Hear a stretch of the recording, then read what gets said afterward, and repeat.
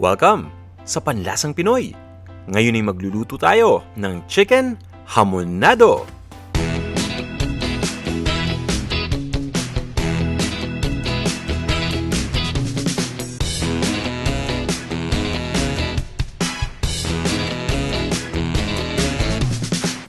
Ito yung mga ingredients na gagamitin natin. Chicken na hiwa na natin into serving pieces. Pineapple tidbits na may juice. Brown sugar. Gagamit din tayo dito ng toyo, ng sibuyas, at ng bawang.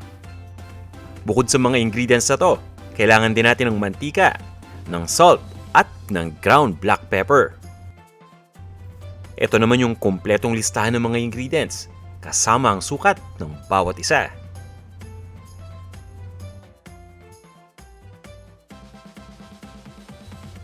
Umpisa na natin. Kailangan muna nating ibabad itong manok bago natin ito lutuin. Pagsasamahin lang natin yung toyo at yung pineapple juice dito sa isang bowl kung saan natin nilagay yung manok. Itong pineapple juice ay galing dito sa delata na pineapple tidbits. Sasalain lang natin. At pagkatapos, itong pineapple tidbits, itatabi muna natin. Pwede natin itong takpan o pwede natin itong ilipat sa isang lalagyan na merong takip. At pagkatapos ay re-refrigerate lang natin ito. Ito namang mga mixture natin sa bowl ay paghahaluin lang natin mabuti. Sisiguraduhin lang natin na nahalo na yung toyo at yung pineapple juice. At yung manok naman, sisiguraduhin lang natin na nakasubmerge. Ibababad lang natin ito ng overnight. So tatakpan natin itong ating bowl at ilalagay lang natin sa loob ng refrigerator. Makalipas ang pagbabad, handa na itong manok. Ang ginawa ko dito ay binabad ko ng overnight o at least 8 hours. Nang sa ganun ay ma-absorb talaga ng manok yung lasa ng marinade. Ngayon naman kukuha lang tayo ng isang bowl at maglalagay lang ako ng colander dito. At pagkatapos ibubuhos lang natin dito yung manok kasama yung marinade. Ang ginagawa natin dito sinasala lang natin yung manok. At pinapatulo lang natin mabuti yung marinade dito. Dahil maya-maya ay ipa-pan fry natin itong manok. Iniiwasan natin na tumilamsik yung mantika habang piniprito yung manok, kaya natin pinapatulo ng husto yung marinade. Pagdating naman dito sa marinade na naipon natin, itatabi lang natin ito. Gagamitin pa rin natin ito sa pagluto maya-maya.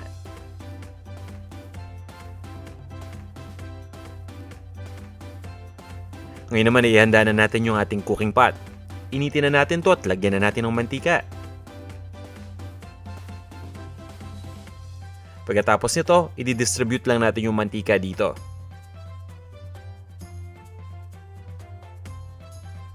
Pabayaan lang natin na uminit yung mantika.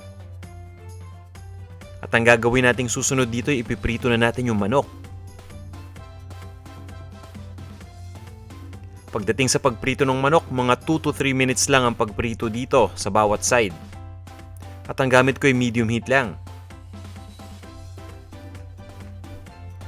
Kailangan lang nating lutuin itong manok ng bahagya. Ibig sabihin nun, hindi natin to kailangan lutuing tuluyan.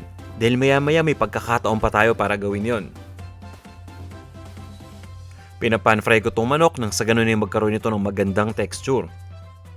Ang isa pang kagandahan dito sa pagprito, bago natin pakuluan o bago natin ito i-stew, ay nare-retain ito yung itsura ng manok. Ibig sabihin yan yung balat nakakapit pa rin. Kahit napakuluan natin mamaya. At yung laman nito buong buo, hindi katulad nung hindi natin prinito, mangyayari nyo medyo may pagkasabog. Mas maganda to kapag ipe-present na natin, di ba? Ngayon ibabaliktad lang natin tong manok. At gaya nga ng sabi ko kanina, kailangan din natin itong i-pan fry ng 2 to 3 minutes din.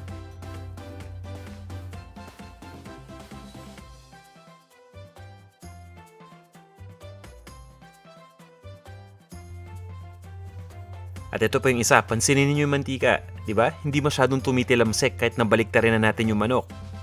Nakatulong ng malaki yung pag-drain natin doon sa marinade, yung paglagay natin sa colander kanina.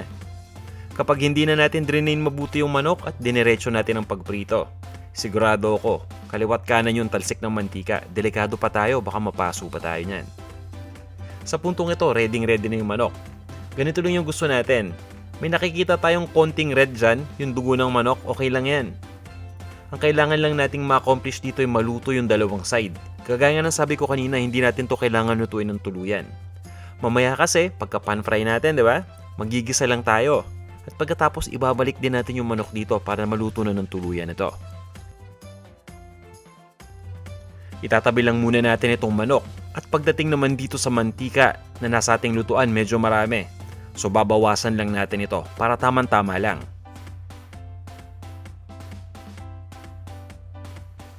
Sa puntong ito, igigisa na natin dito yung sibuyas. Pati na rin yung bawang. Unahin natin yung sibuyas dito.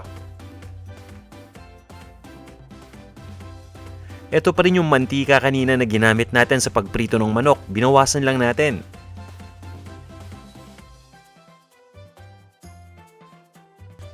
At pagkatapos ilagay na natin yung bawang.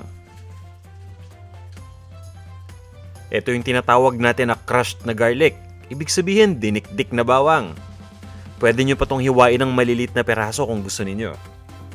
Itutuloy lang natin ang pag-isa dito ng mga 1 minuto pa o hanggang sa tuluyan ng lumambot yung sibuyas.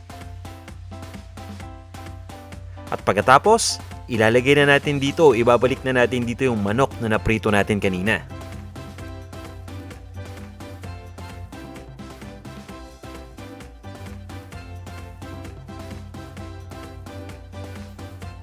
Ilagay na natin yung manok dito.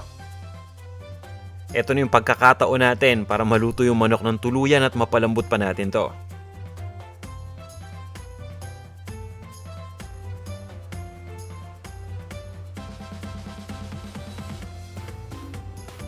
Yan, so igigisa lang natin yung manok dito kasama ng bawang at ng sibuyas.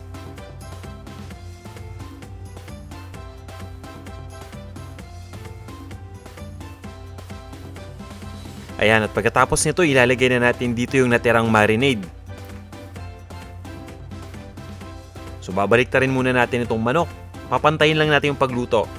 Papansinin nyo yung naluto na ilalim, medyo dark. So, ang gagawin natin para pantay din yung kulay, iikot lang natin ito habang ginigisa.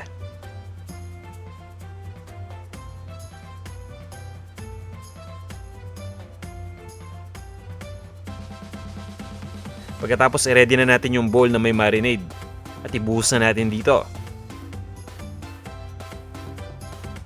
Ito yung marinade na sinalo natin kanina, yung nasa ilalim ng colander. Pabayaan lang natin itong kumulo. Pagkatapos, takpan lang natin itong ating lutuan. Lutuin lang natin ito between low to medium heat ng 15 minutes.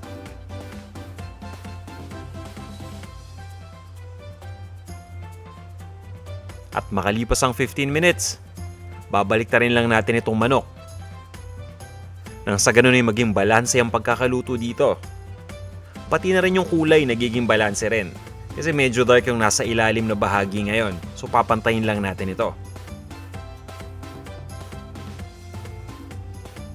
Ang kagandahan dito sa pagbabad ng manok sa pineapple ay nakakatulong yung pineapple para mapalambot ito. Kaya hindi na natin kailangan pampakuluan ng napakatagal itong manok. Malambot na to at napakalasa pa at the same time.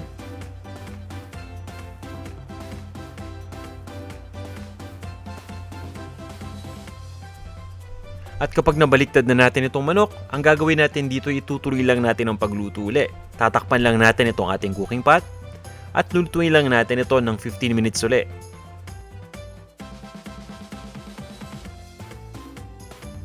Sa puntong ito, pwede na natin ilagay yung ibang mga ingredients pa. Ilagay na natin dito yung dark brown sugar o yung tinatawag natin na asukal na pula. Hindi ko nga alam kung bakit pula, no? Dapat asukal na brown. Anyway, haluin lang natin ito. Pabayaan lang natin ang mag-dilute dito yung asukal. At pagkatapos nito, ilagay na natin yung pineapple tidbits.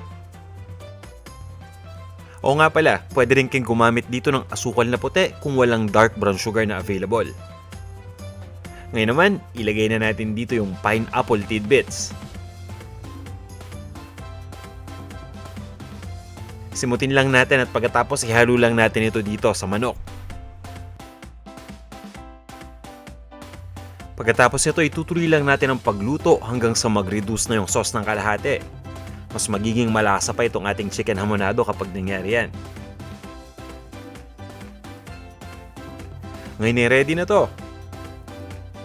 Haluin lang natin itong manok at yung pineapple at pagkatapos ay lalagyan lang natin ito ng seasoning. O diba, lutong-luto na at pansinin niyo yung sinasabi ko kanina, diba? Yung laman, pati yung balat, intact na intact pa rin. So hindi ito yung parang sabog. Ngayon maglalagay lang tayo ng salt at ng ground black pepper dito. Tikman muna natin yung sauce nito para malaman natin kung gaano karaming salt ang ilalagay natin. Ganun na rin sa ground black pepper. At pagkatapos haluin lang natin ito mabuti. Ilipat lang natin ito sa isang serving plate. At iserve na natin.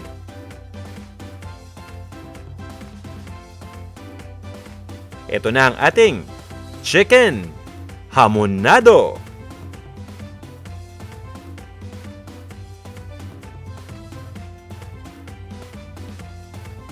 Tara, kain na tayo!